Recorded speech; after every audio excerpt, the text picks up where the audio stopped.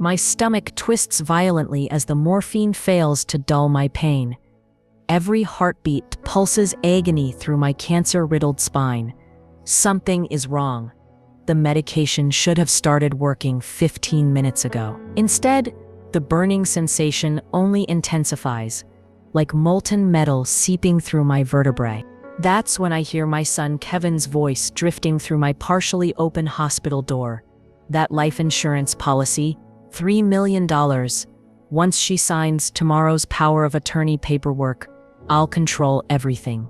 Ice floods my chest, colder than any cancer pain. $3 million. My life reduced to a dollar figure. I'm Dorothy Walsh, 62 years old, and in this moment, I realize my only child isn't just waiting for me to die, he's ensuring it happens quickly. If this situation resonates with your soul, click subscribe and let me know in the comments where you're tuning in from. Kevin continues, his tone casual as if discussing dinner plans. Maybe another month, maximum. I've been managing her medications personally. The oncologist thinks she's just declining naturally. Managing my medications. The words hit like a physical blow. For 6 weeks, Kevin has insisted on helping the nurses with my treatment. I'd interpreted it as devotion. Now I understand it's attempted murder. I force my breathing to steady as footsteps approach. Kevin enters wearing his practiced smile, the one that has charmed every nurse on the ward. Today, I notice something new, a Rolex watch I've never seen before, a designer suit worth more than my entire teacher's pension. How's my favorite patient? He sets down carnations, the cheapest option from the gift shop. His phone screen reflects in the window, a text thread with Tony C. urgent. Thank you, sweetheart. The word tastes like poison on my tongue. When did my son become this monster? The nurse mentioned, you're having more pain today. His eyes flicker to the IV bag. Should I adjust your medication? No, I'm fine. I study his face, the same dimples that melted my heart when he was 3. The morphine doesn't seem to be working like it used to. Something dark flashes across his features before he composes them into concern. That's terrible, Mom. I'll talk to Dr. Martinez about increasing your dosage. Increasing it to what? I wonder. Nothing? Kevin, honey, how are things at work? His thumb freezes over his phone. Fine. Why? You seem different lately. New clothes, new watch. His laugh rings hollow, just trying to look professional while managing your care. It's practically a full-time job. A knock saves me from responding. Marjorie Chen enters, my former piano student, now Memorial's head ICU nurse. Her sharp eyes have caught discrepancies before. Mrs. Walsh, time for your afternoon meds. Kevin, would you mind getting me some ice water? I ask. My throat's so dry. The moment he leaves, I grab Marjorie's wrist. Check the morphine. Please. Something's wrong. She frowns, examining the IV bag under her penlight. This consistency. She checks pharmacy records on her tablet, face darkening. Dorothy, you should be receiving 15 mg every 4 hours. These records show 5 mg. And Kevin signed for the last 3 doses. The room spins. He's not supposed to handle controlled substances. No, and these signatures are forgeries. I need to report. Not yet, I whisper urgently. I need evidence first. Real evidence. After she leaves, pieces click together like a horrific puzzle. My rapid decline, the mysterious nausea, dizzy spells that didn't match my chemo schedule. When Kevin returns, I pretend to doze, watching through slitted eyes as he types on his phone. Patience, Tony, 2 months max. The old lady's hanging by a thread. Once she signs those papers tomorrow, I can access her accounts immediately. Old lady, is that what I've become? An obstacle to $3 million? Mom? Kevin's voice startles me. You okay? Just dreaming, I murmur. Bad dream. That's the cancer talking. He pats my hand. I fight not to recoil. Don't worry. After you sign those papers tomorrow, I'll make sure you're comfortable. No more pain. Those words should be comforting. Instead, they sound like a death sentence. But as Kevin leaves, I remember Edward's voice recorder in my purse, the one my son had thoughtfully placed in the bedside drawer. My detective husband's words echo, "Always document everything, Dottie. Evidence wins cases. Tomorrow, Kevin expects me to sign my life away. Instead, I'll begin documenting his betrayal. The morphine, real morphine, thanks to Marjorie, finally dulls the physical pain. But a deeper agony has taken root. The searing betrayal of a son who sees his mother as nothing but a price tag. Kevin thinks I'm a weak old woman too sick to fight back. He's forgotten who raised him. A woman who survived widowhood, rebuilt her life from ashes and taught music to hundreds of students. A woman who knows that sometimes the quietest instruments produce the most powerful sounds. My hand finds the call button. Steady now. I have one more performance in me. And Kevin is about to learn that sometimes the finale changes everything. The next morning, I woke to find Kevin already in my room, talking with Dr. Martinez. Their voices low but urgent. 35 years of teaching piano had sharpened my hearing beyond what most people possessed. Her pain levels seemed to be increasing, Kevin was saying. Maybe we should consider adding a DNR? I hate seeing her suffer. My blood turned to ice. We'd never discussed a do not resuscitate order. Mr. Walsh, your mother is actually responding well to treatment. Her latest scans show, but she's in constant pain. Sometimes I wonder if we're just prolonging the inevitable. I kept my breathing steady, feigning sleep. Dr. Martinez's response had an edge. I understand your concerns, but Mrs. Walsh is mentally competent to make her own decisions. And frankly, her vital signs concern me. The pain levels you describe don't match what I'm seeing clinically. Well, you're not here at night when she's crying out, Kevin said smoothly.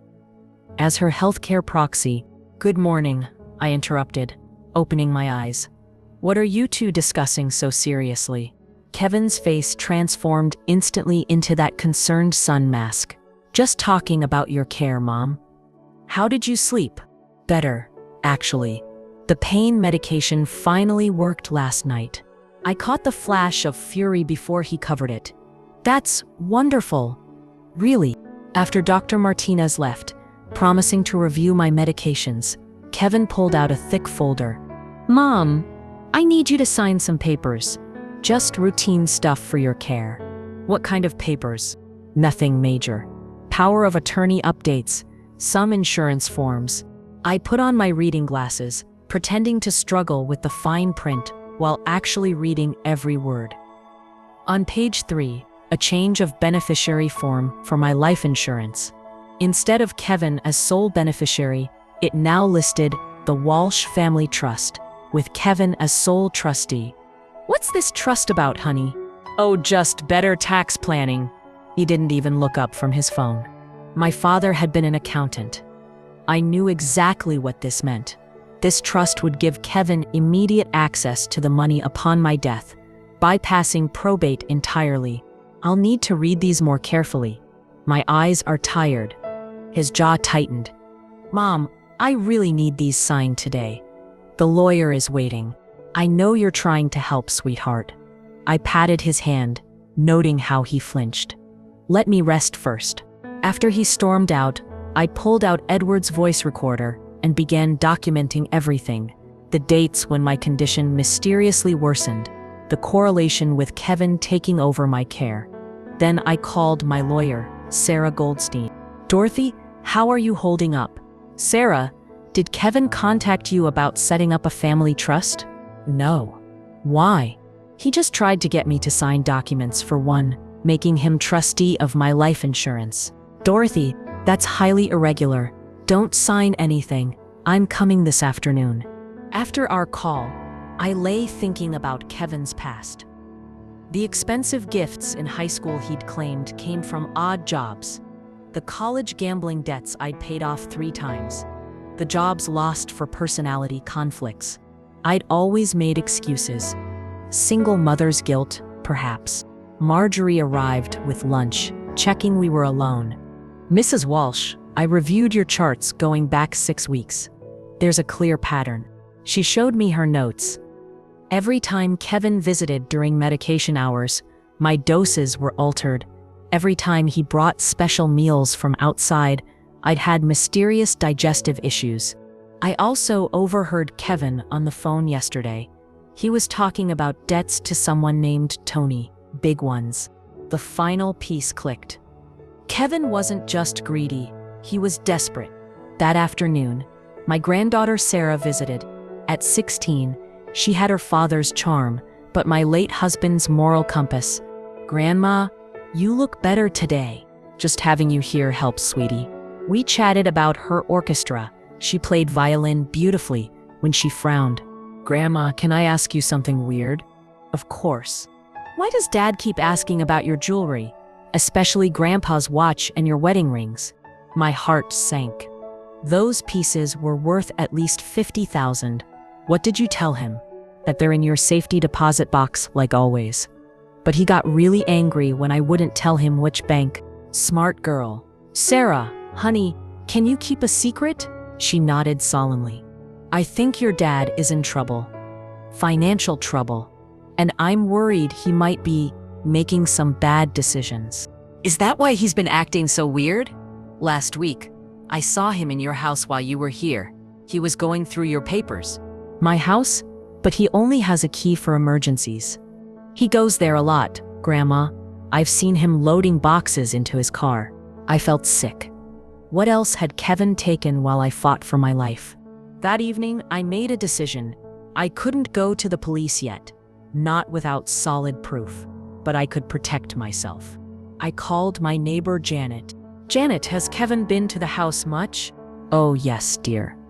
He's been so helpful, clearing out things he says you don't need. Just yesterday, he took several boxes of papers, said he was organizing your affairs." My affairs, my papers, my life. But Kevin had made one crucial mistake. He saw a dying woman, weak and vulnerable. He forgot I'd survived widowhood, single parenthood, and rebuilt my life from scratch.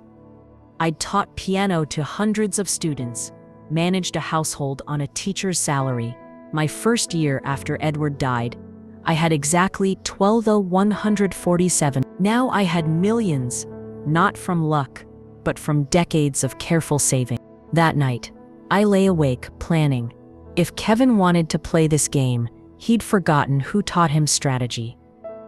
Who'd spent years reading his tells, knowing when he was lying about homework or broken windows. The pattern was clear now. Week 1, Kevin takes over my medications.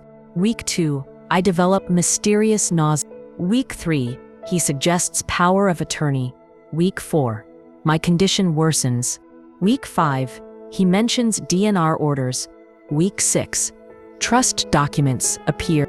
I thought about confronting him, but what would I say? "Kevin, are you trying to kill me?" He'd play the wounded son, manipulate the staff, maybe even have me declared incompetent. No, I needed to be smarter. Like Edward always said, in poker and police work, never show your hand until you're ready to win. I picked up my phone and opened my banking app, something Kevin assumed I couldn't navigate. The old lady who couldn't work smartphones had noticed something interesting: small withdrawals from my accounts, always under $500, never enough to trigger alerts. Over 6 months, almost $15,000 had vanished. Tomorrow, I'd start gathering real evidence, the kind that would stand up in court. As the morphine made me drowsy, one last thought crystallized.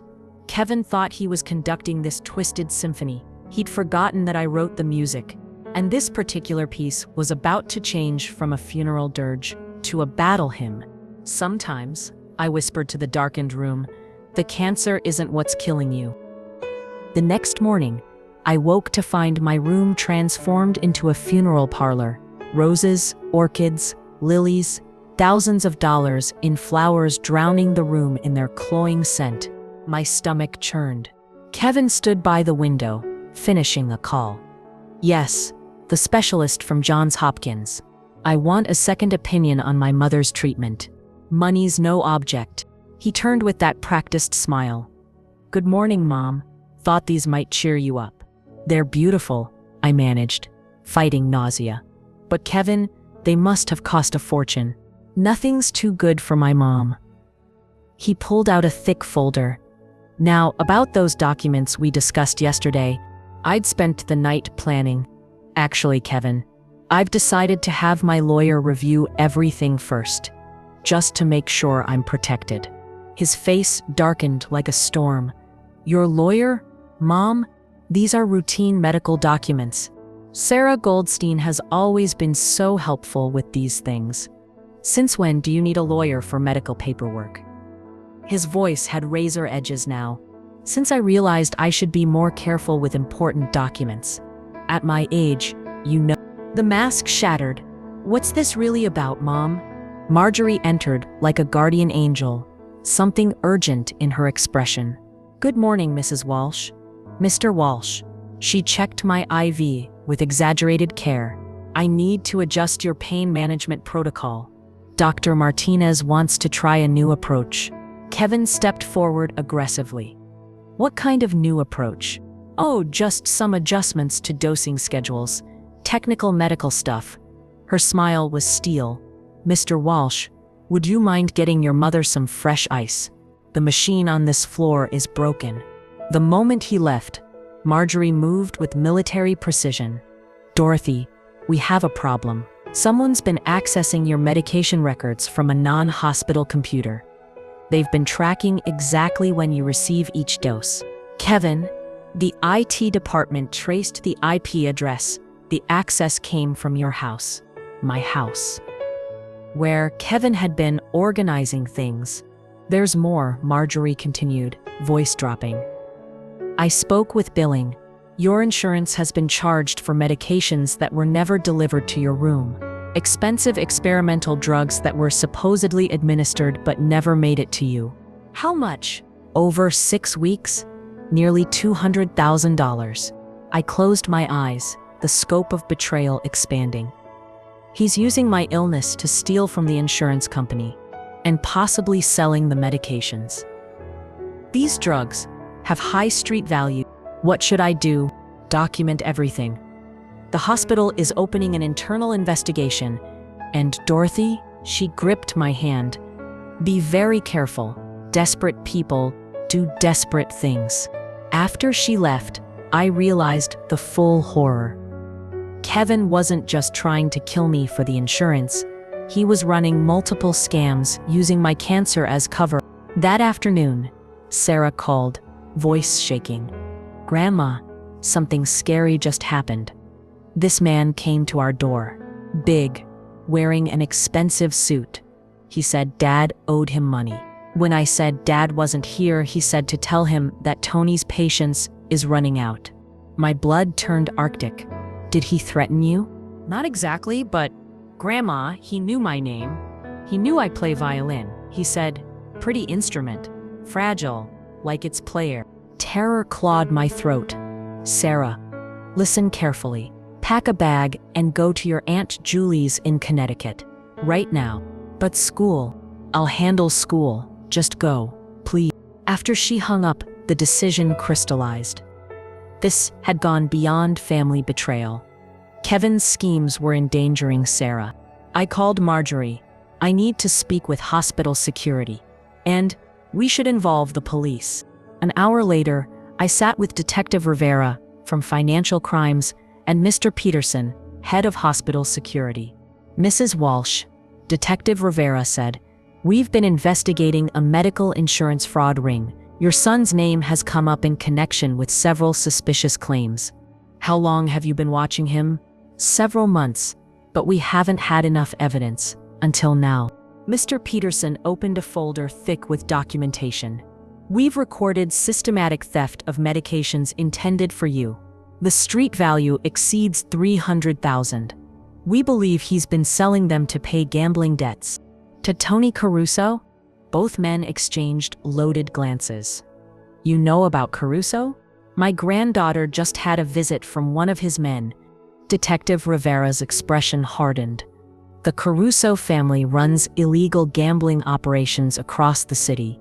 They've killed for less than your son owes. He's trying to kill me for my life insurance, I stated flatly. $3 million. We need to get you into protective custody, Mr. Peterson said. No. The word emerged stronger than I felt. I want to catch him. I want him to confess. Detective Rivera leaned forward. Mrs. Walsh, are you suggesting what I think you're suggesting? I'll wear a wire. I'll get him to admit everything. That's extremely dangerous. More dangerous than letting him continue? He's already crossed lines. I never imagined. What happens when the insurance money isn't enough? When Caruso goes after my granddaughter? They exchanged looks. All right, Detective Rivera said, but we do this carefully, methodically. That evening, Kevin arrived, agitated, movements jerky, eyes darting like a trapped animal. Mom, we need to talk about your treatment. What about it? I think we should consider stopping the chemo. It's not working, and it's just making you suffer.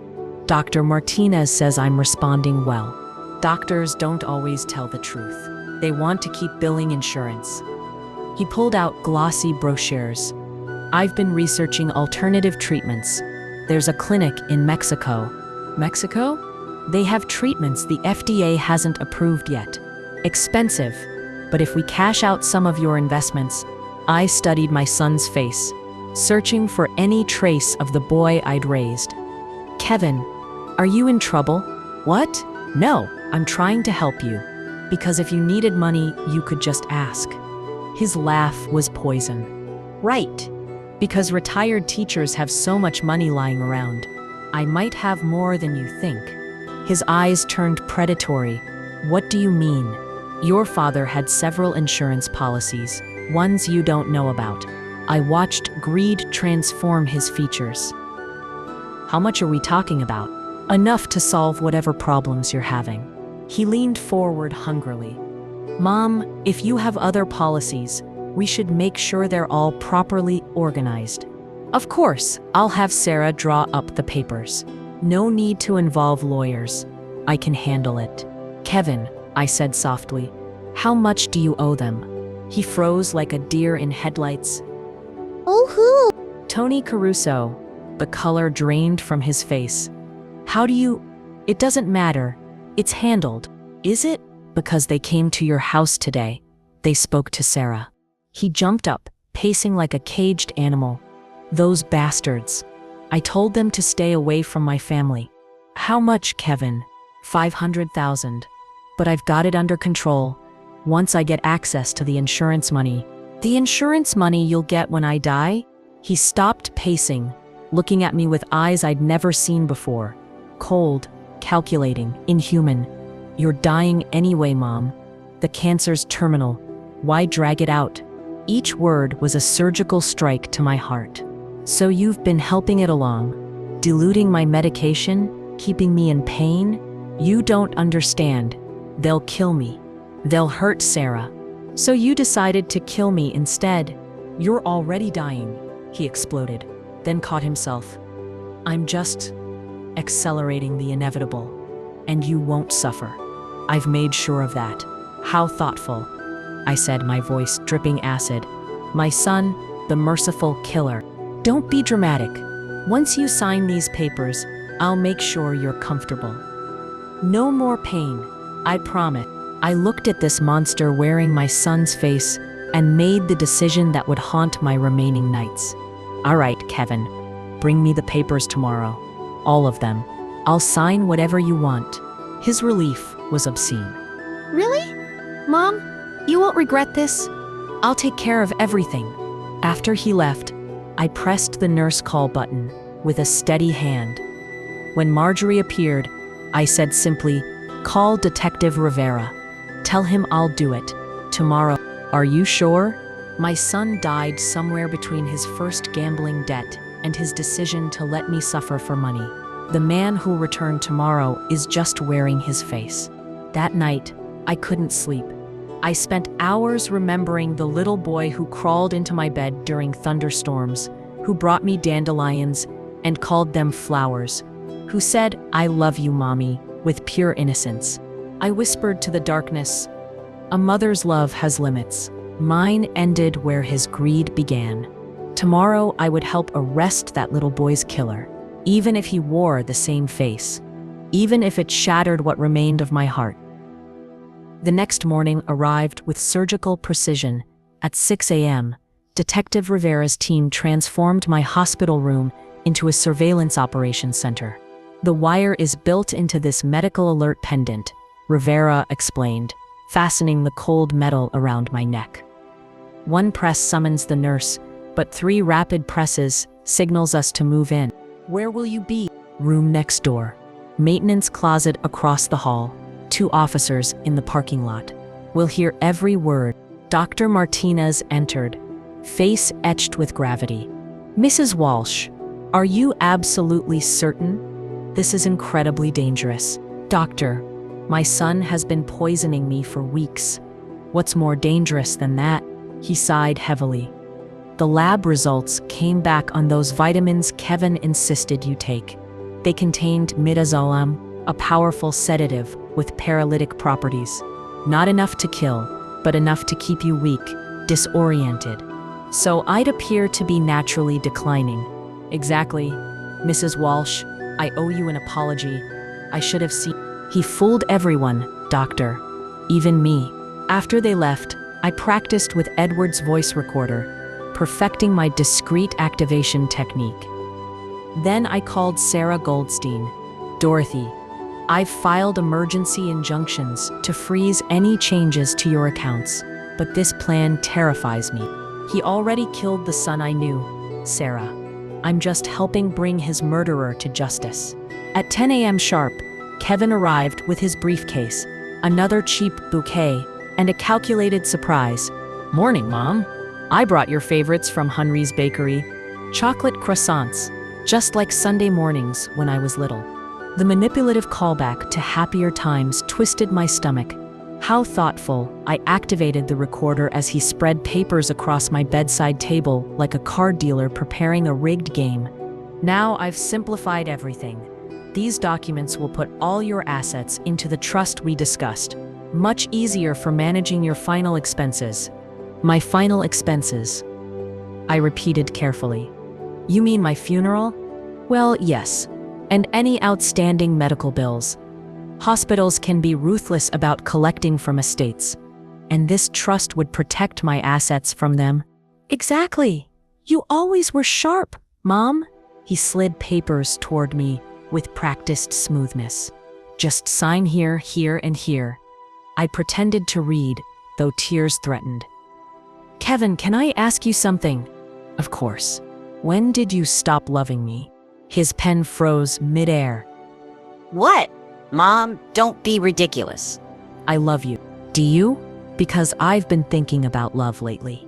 Real love means wanting someone to live, not die." "You're being dramatic." "It's the medications talking." "The medications you've been tampering with?" His mask slipped for a microsecond. "I don't know what you mean." "The morphine you've been diluting? The vitamins that were actually sedatives?" "You're confused, Mom. The cancer's affecting your mind." "My mind is clearer than it's been in weeks. Ever since Marjorie started bringing my medications directly from the pharmacy instead of letting you help." His jaw muscles tightened. "That nurse is overstepping. Or maybe she's just doing her job. Unlike you, when you were supposed to be protecting your mother." "Protecting you?" He laughed, a sound like breaking glass. "From what? You're already dying. From suffering unnecessarily, from being robbed blind, from having my death hastened because you couldn't stay away from the poker tables." His face flushed crimson. "How dare you judge me? You have no idea what I've been through." "Then tell me, Kevin, tell me what drove you to try to murder your own mother." "Murder? I haven't." He shot up, pacing like a caged predator. "You don't understand the pressure. Do you know what Tony Caruso does to people who don't pay? They use bolt cutters on fingers. So you chose to sacrifice me instead? You're terminal, he exploded. What's the difference if it's 6 months or 6 weeks? At least your death can mean something. Save Sarah from having her father tortured. Ah, so you're being noble, killing me to save yourself. To save Sarah. They threatened her mom. They know her violin schedule, her route home. These aren't empty threats. And your solution was to murder me for insurance money. Stop saying murder. You're terminal. I'm just helping nature along.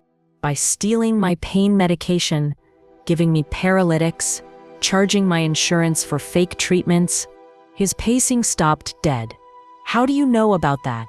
I know everything, Kevin. The forged signatures, the stolen jewelry, the boxes you took from my house. You've been investigating me? His voice climbed higher. No, son. The police have. Color drained from his face like water from a broken cup. His eyes darted wildly, scanning for hidden officers. That's right, I continued, voice steady as a metronome. They know about the insurance fraud, the medication theft, your $500,000 debt to Caruso. You're bluffing. Am I? They tracked you accessing my medical records from my home computer. They documented $200,000 in false insurance claims. They have surveillance footage of you selling stolen medications. He stumbled backward. You're wearing a wire. I touched the pendant. This? Just my emergency alert. Though if I press it 3 times, I let the threat hang. You wouldn't. I'm your son. My son died somewhere between his first gambling debt and his decision to let me suffer for money. Don't you dare. Tell me, Kevin, how many nights did you watch me cry in agony, knowing you could help but choosing not to? I had no choice. We always have choices. You chose addiction over your mother's life. Fine, he snarled, all pretense evaporating. Yes, I diluted your morphine.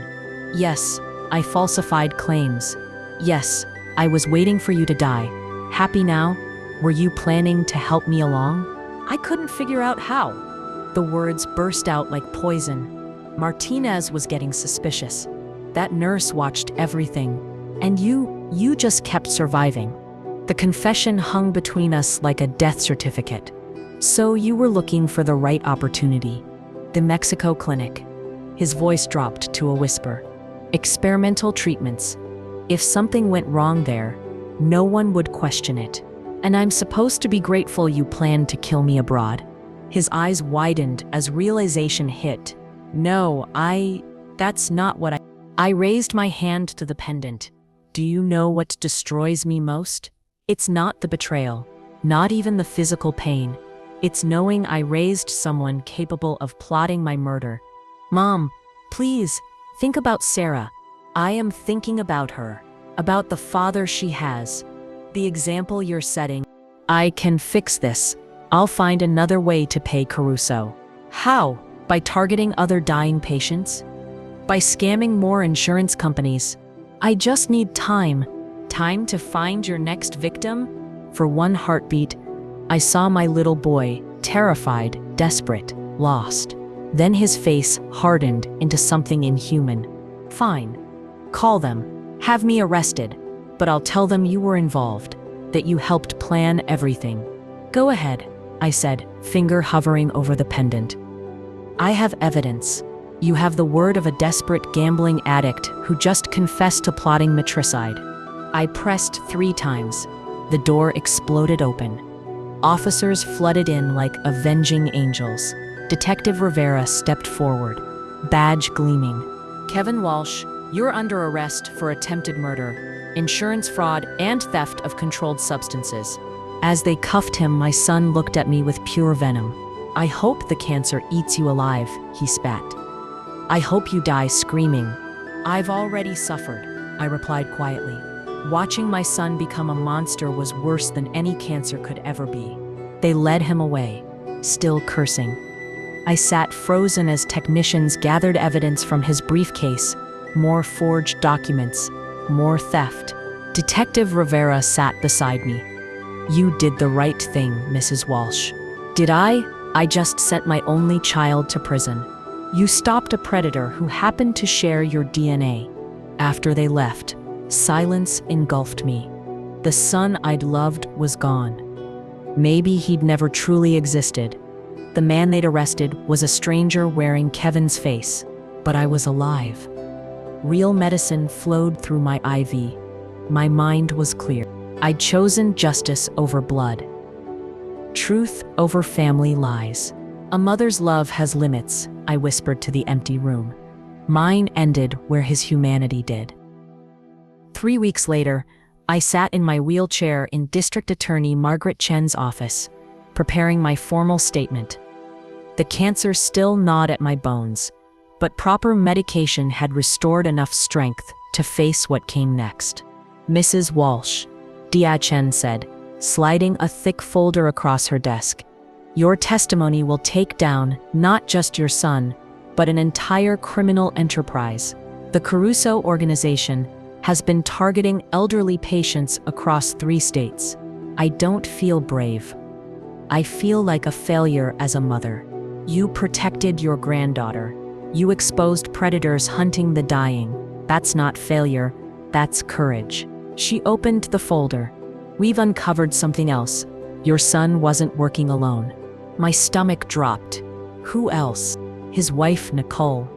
She researched which medications had the highest street value. She helped forge your signatures. We found text messages where she called you the golden goose, Nicole. My daughter-in-law who'd brought flowers, who'd cried at my bedside, all performance. There's more. Chen's voice softened. We found Kevin's computer. He'd been researching untraceable poisons for weeks before your cancer diagnosis. We can't prove he caused your cancer, but the room tilted. Are you saying he might have poisoned me to trigger the cancer? The timing is suspicious. You were diagnosed exactly 2 months after he took out a secret life insurance policy on you. And we found searches for chemicals that cause bone cancer in his browser history. I thought I'd touched the bottom of betrayal. I was wrong. What about my granddaughter? Sarah's been remarkable. She secretly recorded Kevin discussing your medications with Nicole. She'd been suspicious for months, keeping detailed notes. Her evidence is crucial to our case. That afternoon, I faced Kevin in court for his bail hearing. He wore orange now, hands cuffed, but his eyes still held that calculating coldness. All rise, the bailiff announced. The Honorable Judge Patricia Hernandez presiding. As the charges were read, I watched my son's face harden with each count. Insurance fraud, elder abuse, theft of controlled substances, attempted murder in the first degree. How does the defendant plead? Not guilty, Kevin declared. Your Honor, this is a misunderstanding. My mother is suffering from cancer-related dementia. She's confused. Your Honor, his defense attorney interrupted. We request a psychological evaluation of the alleged victim. The prosecutor shot up. Objection. We have extensive audio recordings of the defendant confessing, video surveillance, and documentation of systematic abuse. Judge Hernandez turned to me. Mrs. Walsh, are you mentally competent to understand these proceedings? I stood, gripping my walker. Your Honor, I taught piano for 35 years. I can still play Rachmaninoff's Piano Concerto No. 2 from memory. My body is failing, but my mind is sharp.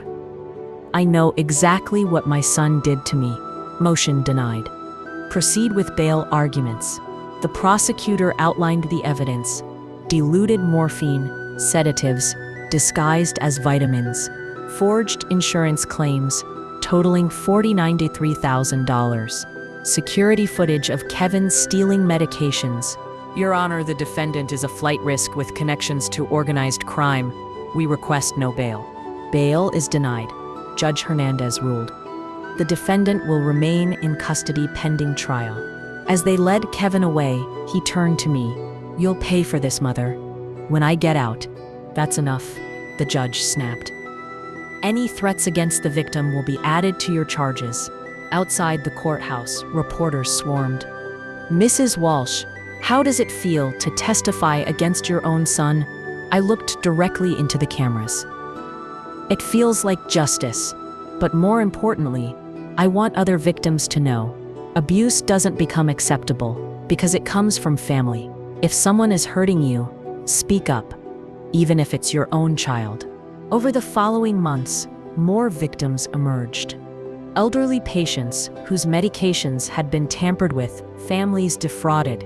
Kevin hadn't just targeted me, I was simply his most valuable victim. The trial began on a cold February morning. I was stronger now, walking with just a cane. The cancer was in remission, something my doctors called miraculous, but I knew was simply proper treatment. The prosecution calls Dorothy Walsh. I took the stand, placing my hand on the Bible, the same Bible I'd used to teach Kevin right from wrong. "Mrs. Walsh," the prosecutor began, "please describe your relationship with your son before your diagnosis." I thought we were close. I'd raised him alone after my husband died, sacrificed everything for his education. I believed he loved me. "When did you first suspect something was wrong?" "The day I overheard him on the phone saying, 'The old lady won't last much longer. That life insurance policy, $3 million. I testified for 6 hours about the agony I'd endured, about discovering the tampered medications, about watching him systematically steal everything while I fought for my life. The defense attorney tried painting me as confused, vindictive, possibly demented, but I had receipts, recordings, medical documentation. "Mrs. Walsh, isn't it true you're angry at your son for putting you in the hospital?" "No," I said firmly. "I'm heartbroken that my son tried to murder me for money." The jury deliberated for just 4 hours. On the charge of attempted murder in the first degree, we find the defendant guilty.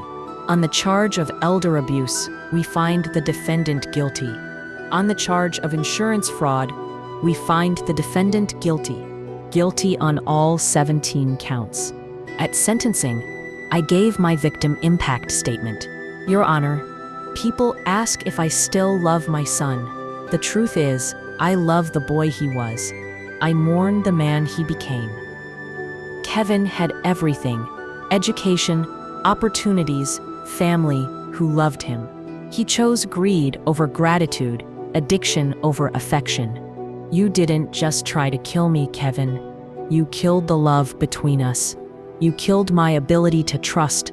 You killed every happy memory I had of raising you. But you didn't kill me.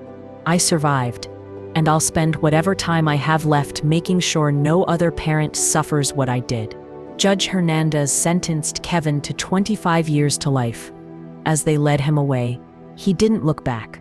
Outside, Sarah waited with her Aunt Julie, who'd taken custody during the trial. "Grandma," Sarah hugged me carefully. "Are you okay?" "I will be," I told her. "We both will be."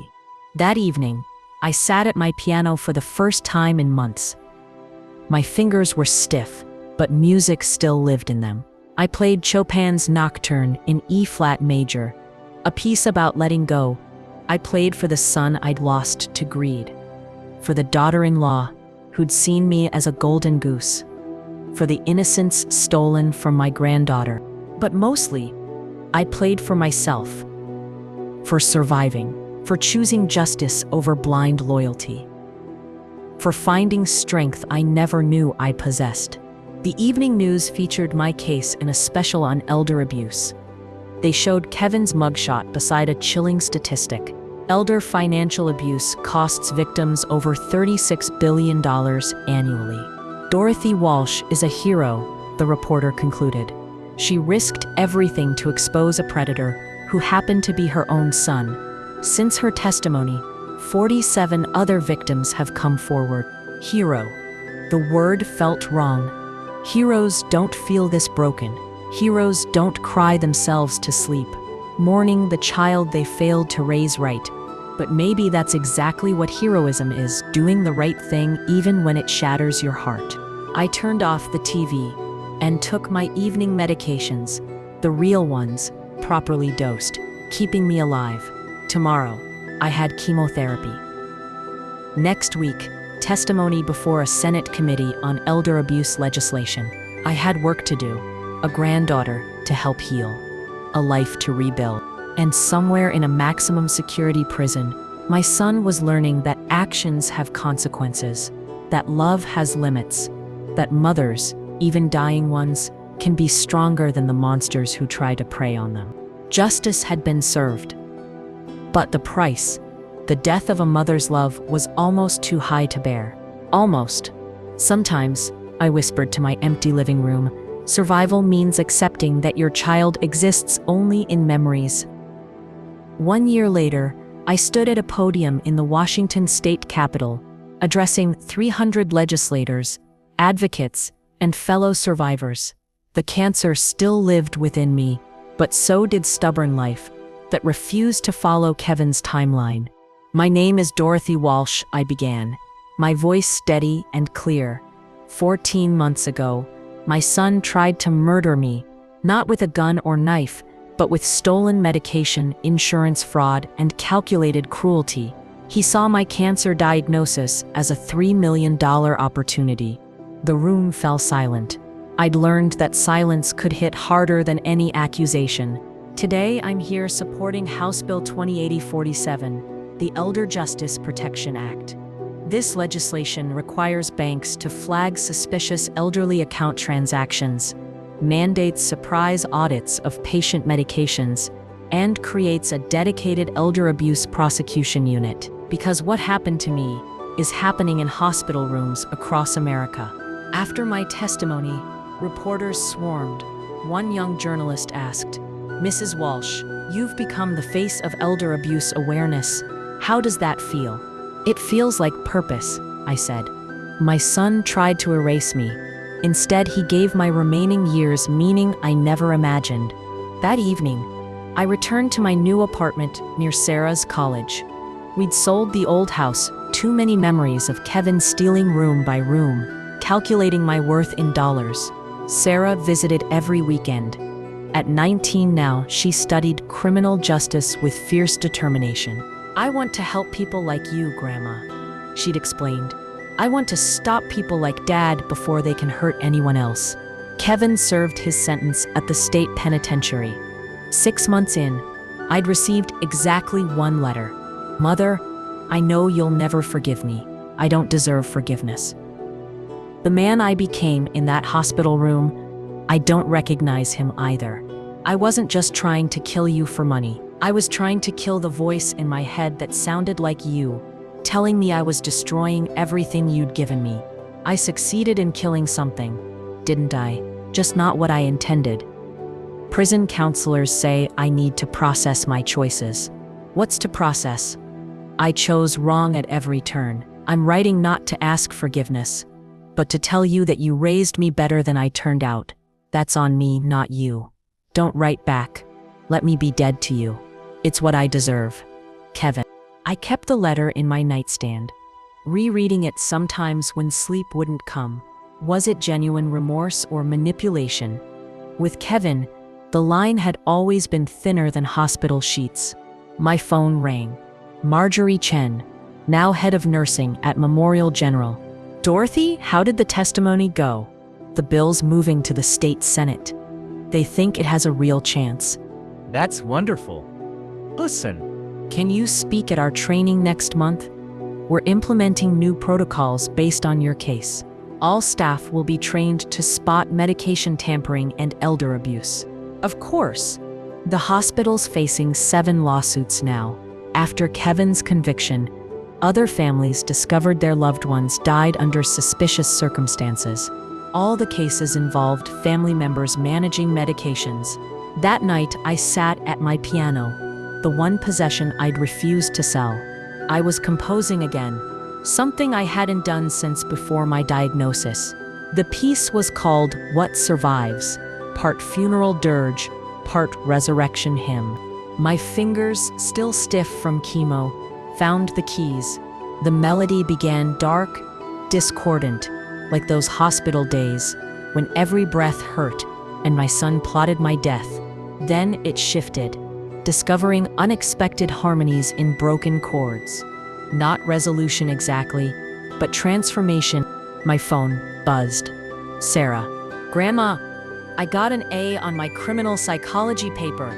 The one about family-perpetrated elder abuse. Yeah, my professor says it's the best undergrad paper he's read. He wants me to submit it to the American Journal of Criminal Psychology. What's it called? When Blood Turns to Poison, The Psychology of Familial Medical Abuse. I used Dad's case as the primary study. Even this academic success grew from the soil of our tragedy.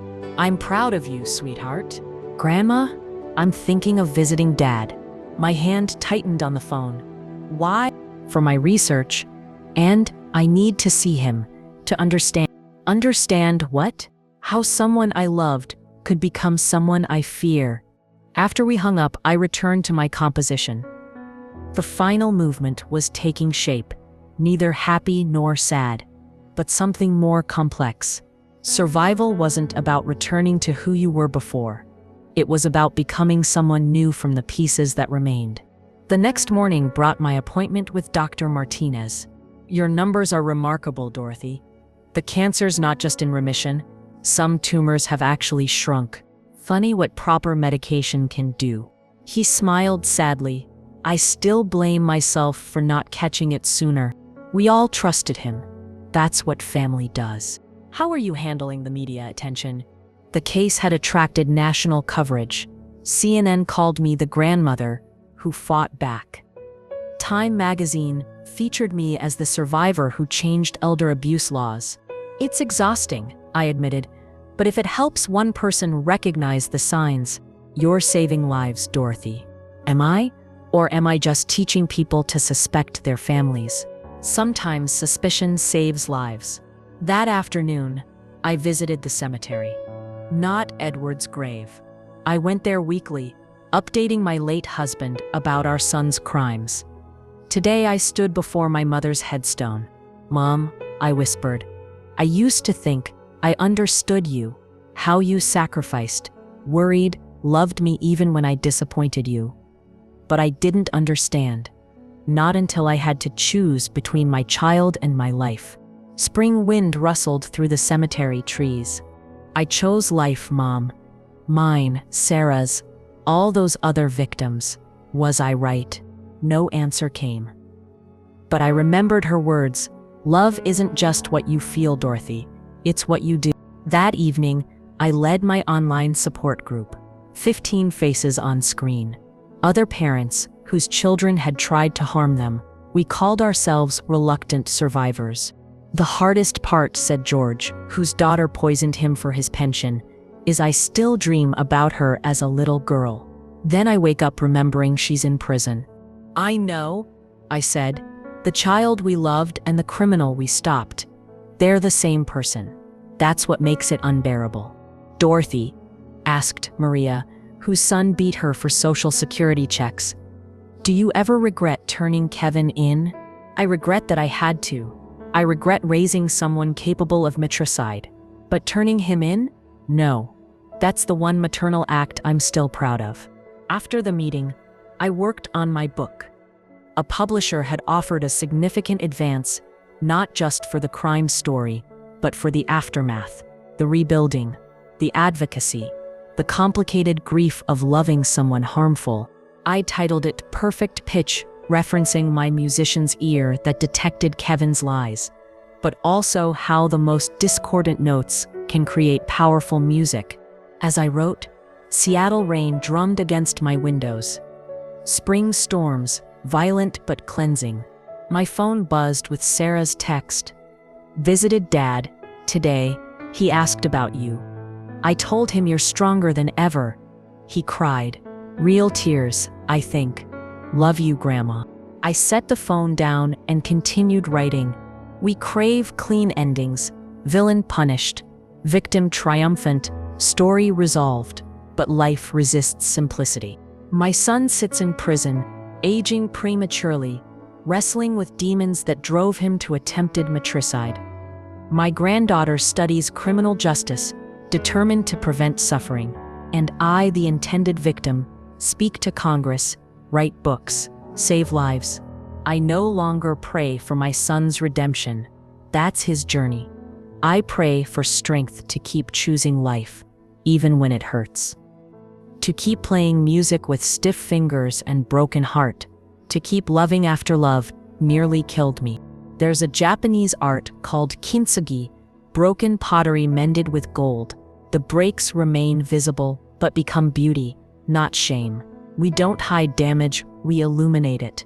That's survival, not unmarked skin, but golden scars, not innocence preserved, but wisdom earned at incredible cost. My son tried to erase me. Instead, he rewrote me in gold. Outside, the storm broke. Sunlight slanted through rain. Seattle's promise of renewal. I closed my laptop, moved to my piano, music to compose, laws to change, lives to save. The cancer might still claim me eventually, but not before I'd transformed poison into purpose, betrayal into advocacy, a mother's broken heart into something that could heal others. Kevin had taught me the hardest lesson of all. Sometimes love means letting go. Sometimes survival means accepting that the child you raised exists only in memory. But here's what Kevin never understood. You can't kill a mother's love. You can only transform it into something fiercer, wider, more encompassing. Something that saves others from the fate that almost claimed her. Something that turns tragedy into law, grief into action, loss into legacy. Something that proves the deepest truth I've learned. We survive not by forgetting our pain, but by making it mean something. As the last notes of my composition faded, I whispered to the empty room, the deepest betrayals come wrapped in I love you.